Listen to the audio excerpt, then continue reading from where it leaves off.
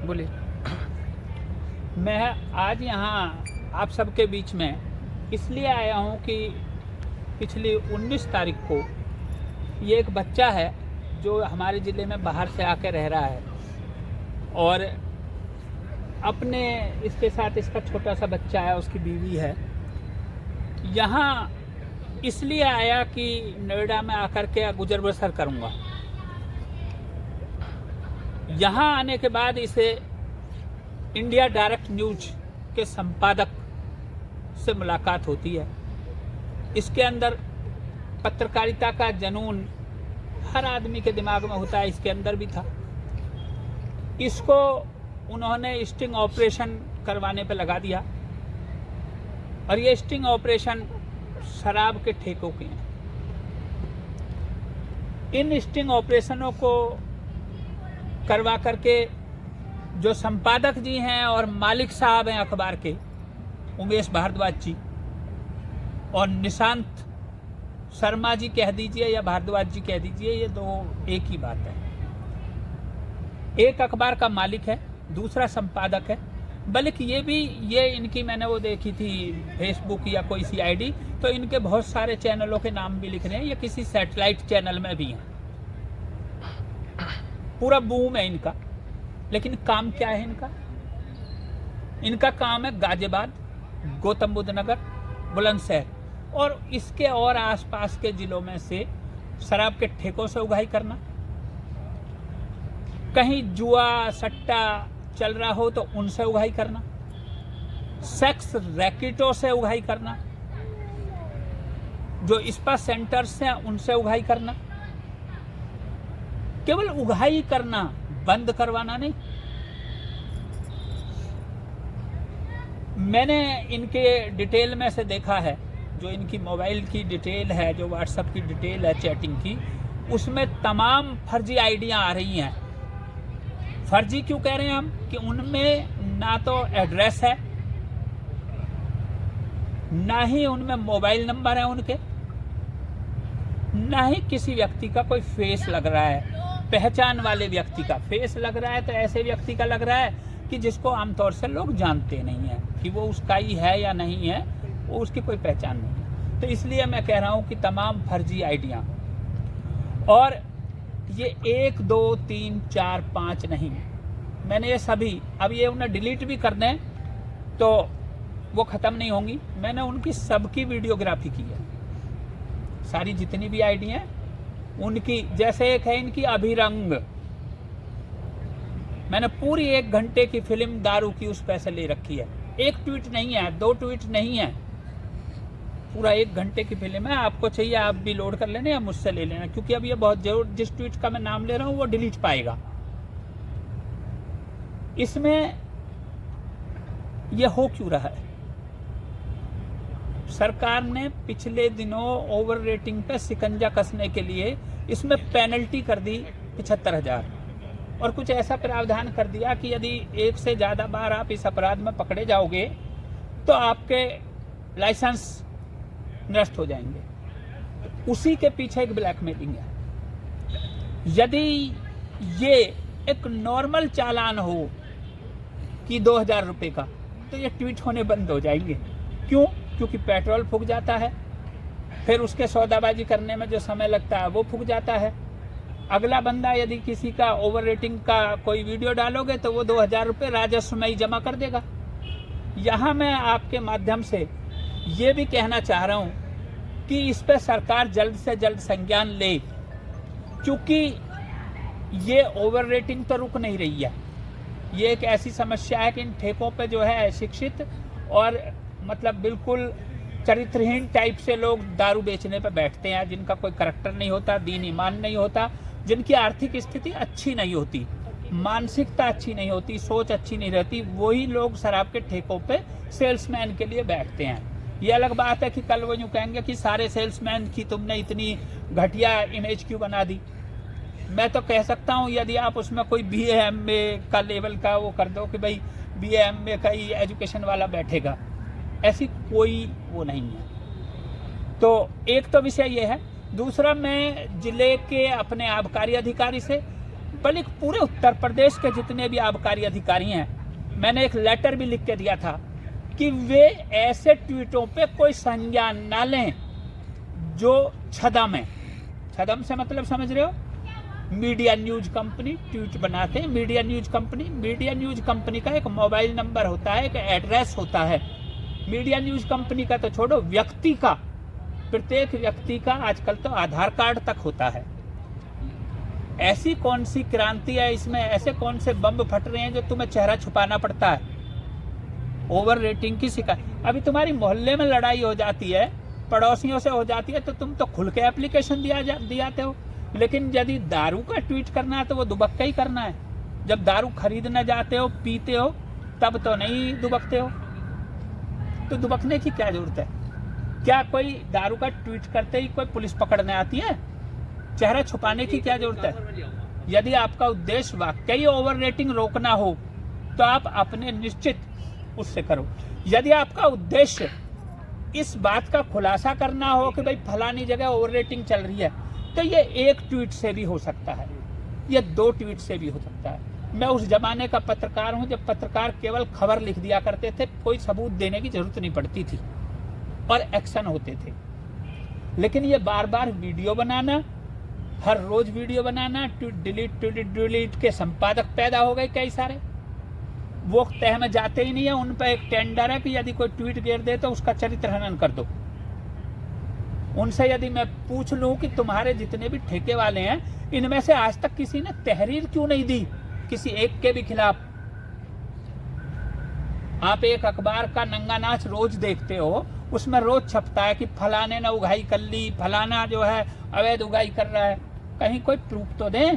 और जब आप, आज मैं जिंदा प्रूफ दे रहा हूं कि ये बच्चा उमेश के लिए काम कर रहा था, और मैं तो यहां तक कह रहा हूं इसे उमेश ने एक साजिश के तहत पिटवा दिया। क्या कह रहा हूं? इसे उमेश ने एक साजिश के तहत, क्योंकि मार्च से और अब तक, मार्च, अप्रैल, मई, जून, जुलाई, अगस्त, सितंबर, अक्टूबर और 19 नवंबर, यानी 6 महीने से जब अधिक काम करवा लिया, तो अब इसको हटाना है, ठिकाने लगाना है। इसको बहुत सारी चीजें पता लग गई। अब इसका करैक्टर का फलूदा बनवाना है एक प्रोग्राम के तहत ही, तो इसके साथ मारपीट करवा दी। ये कोई देसी शराब नहीं पीता, इसे जबरदस्ती देसी शराब के ठेके पे भेजा गया। क्यों भेजा गया? ये तो 2 बियर लेके ही आ रहा था, 2 स्टिंग करके इसने उमेश के व्हाट्सएप पे भेज दिए थे, जो बाद में जब इसके साथ मारपीट हुई उसके डिलीट का वो आपको इनके व्हाट्सएप पे मिल जाएगा। तो मैं यहाँ ये कहना चाह रहा हूँ कि इस पे उच्च अधिकारियों को भी, पुलिस के अधिकारियों को भी, आबकारी विभाग के अधिकारियों को भी, और यहाँ तक डीएम वगैरह को भी संज्ञान लेना चाहिए। क्योंकि यहाँ पत्रकारिता नहीं, ब्लैकमेलिंग चल रही है, और वो भी सुनियोजित ढंग से। संपादक रैंक के लोग ब्लैकमेलिंग कर रहे हैं, अखबार मालिक ब्लैकमेलिंग कर रहे हैं। उनके चलने के और निकलने के, गाड़ियों में इधर उधर जाने के स्टाइल मुंबई या डॉनों की तरह के हैं, पत्रकारों जैसे नहीं है। पत्रकार तो ऐसे जैसे आप लोग बैग से टाँग के आए हो, तुम पे किसी पे गाड़ी है किसी पे नहीं है। मैंने तो यहाँ तक भी सुना है कि नई गाड़ियाँ खरीदने का बहुत शौक है। मैंने सारी खुद मेहनत की है, सारी बिल्डिंगों के फोटो वोटो करे हैं, लेकिन उनकी अभी खतौनियाँ नहीं निकल पा रही हैं। पता नहीं वो उनके नाम है, कब्जे की है नहीं, तो मैं नहीं कह सकता कि उनकी हैं, लेकिन बिल्डिंगें हैं बहुत 4-4 मंजिल की, लाइटें। जिनके खिलाफ आप इतने आरोप लगा रहे हैं, कुछ ऐसे सबूत हैं कि आपके पास? लो जी, सबूत पकड़ना बेटा, ये सबूत ही तो ले रखे हैं हम, कोई मूर्खता में थोड़ी बोल रहे हैं। क्योंकि आप जिनके नाम ले रहे हैं वो नेशनल चैनल्स हैं। 360 होते हैं नेशनल चैनल्स में, बात है ईमानदारी की। ये उसी उमेश का वो है, और उमेश मालिक है, निशांत इसमें संपादक है। जिस अखबार का मालिक उमेश है उसका संपादक, अब ऐसे तो कह नहीं सकते मालिक ही करता है बेईमानी, संपादक नहीं करता।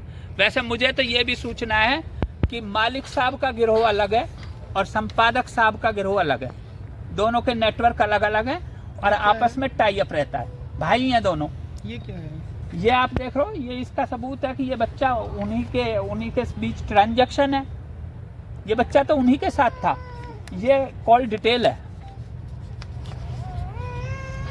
ये मोबाइल की कॉल्स डिटेल है। मैं वैसे दे दूंगा, ये तो कागज पे दे रखी है, इसमें नहीं आएगी। आपको लेना चाह रहे हो तो स्क्रीनशॉट में ले लेना, वो आ जाएगी।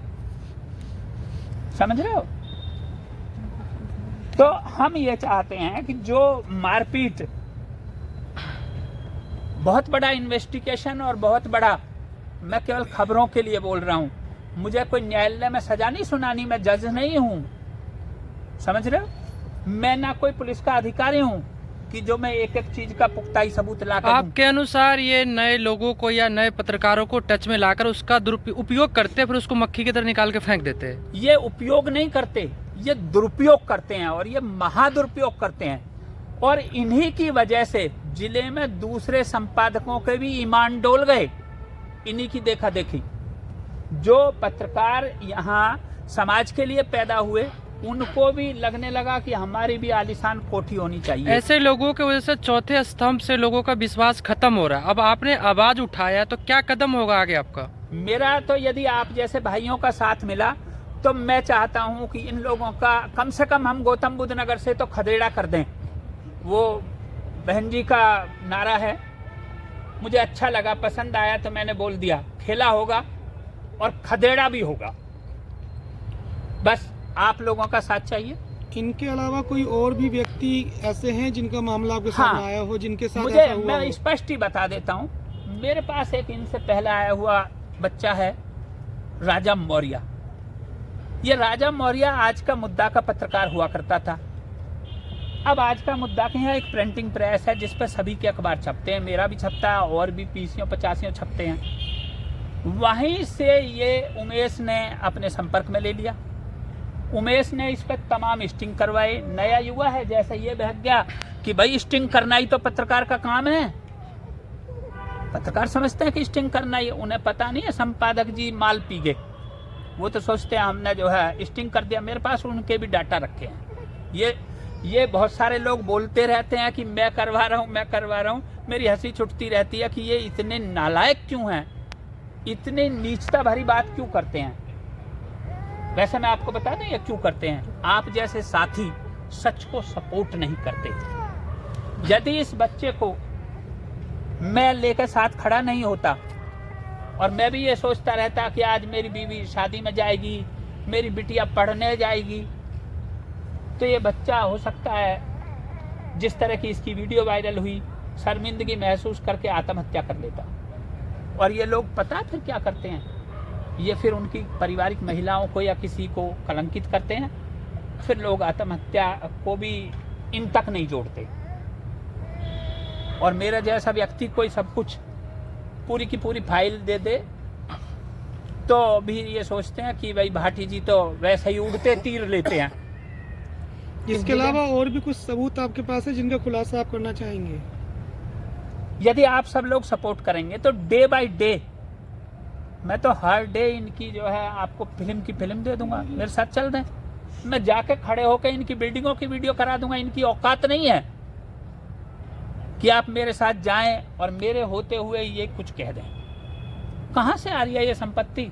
मैंने एक जिले के ट्वीट डिलीट वाला एक संपादक है, समझ रहे होगे आप, उससे कहा कि भाई तुमने इस बच्चे की तस्वीर क्यों छाप दी, इसने मेरी वीडियो क्यों गिर दी। मैंने कहा तुमने बिना तथ्यों के इसको क्यों छाप दिया, समझ रहे हो।